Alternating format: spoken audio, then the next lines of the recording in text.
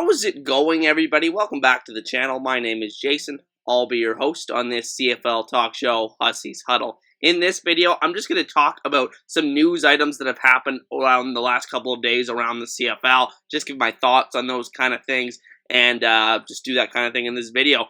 But really quickly, before we get started, if you want to support the channel, the best way to do it is by hitting the like button and subscribing to Hussey's Huddle for more CFL content just like this. I greatly appreciate it, everybody. And with that said, let's get on with the video. So first off, I'm recording in the backyard today. It's a nice change of scenery from what I usually do in my recording studio. So the first thing I wanted to talk about today is the reason why I just jumped on here to record here, and that is the Saskatchewan Roughriders have brought back defensive end Charleston Hughes, future CFL Hall of Famer, one of the top all-time leaders in sacks in the CFL. So this is just really exciting and unexpected. Quite honestly, I thought Hughes was not going to get another CFL contract for next season, given the fact that he's coming off probably his worst season last year, and he's 38 years old.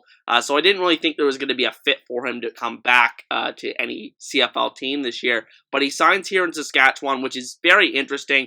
If anybody is going to get much out of him at this point in his career, it's going to be the Roughriders with A.C. Leonard on the other side, creating a great tandem from 2018 and 2019, where he led the league in sacks. Led the league in sacks 4 straight years before last season, so I'm really excited to see what Charleston Hughes can do and what he has left in the tank with the Roughriders, but this is just kind of an unexpected surprise, but a pleasant one nonetheless. The next thing I want to just kind of ramble about is this crazy Edmonton Elks quarterback competition that they're bringing into camp this year, and I mean, let's just list all the candidates off here.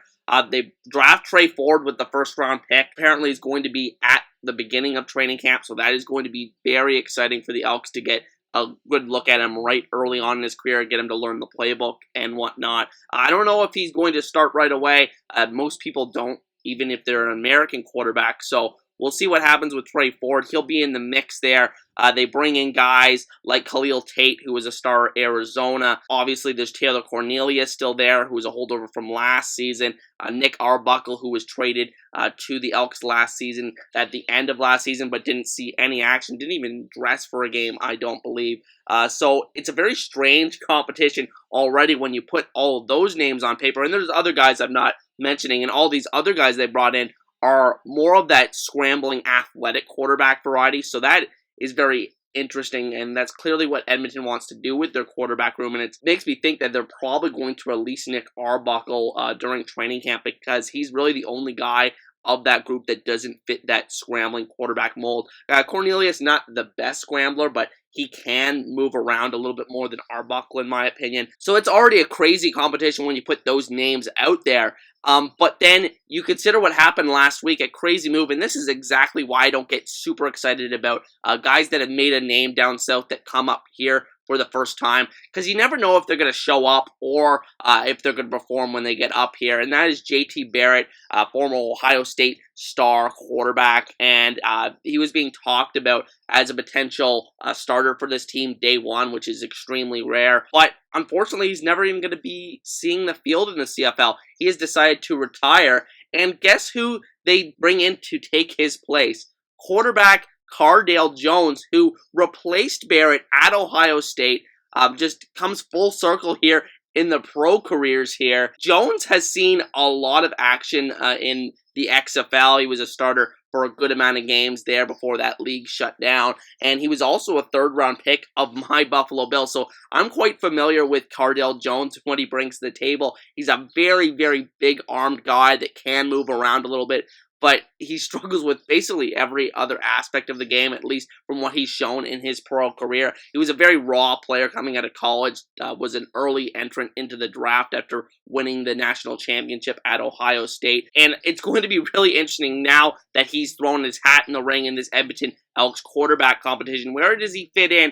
Does he make the roster at all? I mean, it was just a really unexpected ad, but at least it kind of, offsets the loss of Barrett, at least from a name recognition perspective, and I'm really interested to see how Cardell Jones factors into this crazy Edmonton Elks quarterback competition going forward. But I mean, honestly, I have no idea. I couldn't tell you who I think is going to be the week one starting quarterback for this team this year. it's just that wide open. I really haven't seen that in recent years in the CFL. And then the final thing I want to touch on here is a little bit more minor, and that is that the Argos have released running back DJ Foster a couple days ago. I'm just getting to it now, but this is a very promising player in my opinion. One of my favorite rookies from last season. Can catch the ball out of the backfield, is a good one-cut runner as well. Obviously, they bring in Canadian running back Andrew Harris this offseason, and this is kind of just, a casualty of the ratio in my opinion, because DJ Foster is clearly good enough to make the Toronto Argonauts roster, but the fact that they're going to be starting a Canadian at that position means they have to prepare in the event of an injury, and they did that in the draft by bringing in Daniel Adeboboye at a Bryant University. So there really wasn't a need in Toronto anymore for DJ Foster, which is incredibly disappointing, obviously, because of the season that he had for Toronto last year and showed great promise. And he's going to land on his feet somewhere else in the CFL. I think teams like Saskatchewan and BC that don't have starting caliber running back already on the roster, in my opinion, can potentially throw their hat in the ring for Foster. So just an incredibly disappointing release here from Toronto. I really didn't think they had to bring in Andrew Harris this offseason. Obviously, you're not going to complain about having one of the greatest Canadian running backs in the history of the league and greatest running backs in the history of the league on your roster, but unfortunately it comes at the cost of losing a great young player like Foster, who will probably have a great future in the CFL, and probably just asked for his release in this case because he knew he wasn't going to see the field very much this season. So that is the end of this kind of news video here on the channel, ladies and gentlemen, and I appreciate everyone for watching. Once again, my name is Jason. If you want to support the channel, the best way to do it is by hitting the like button and subscribing to Huskies Huddle for more CFL content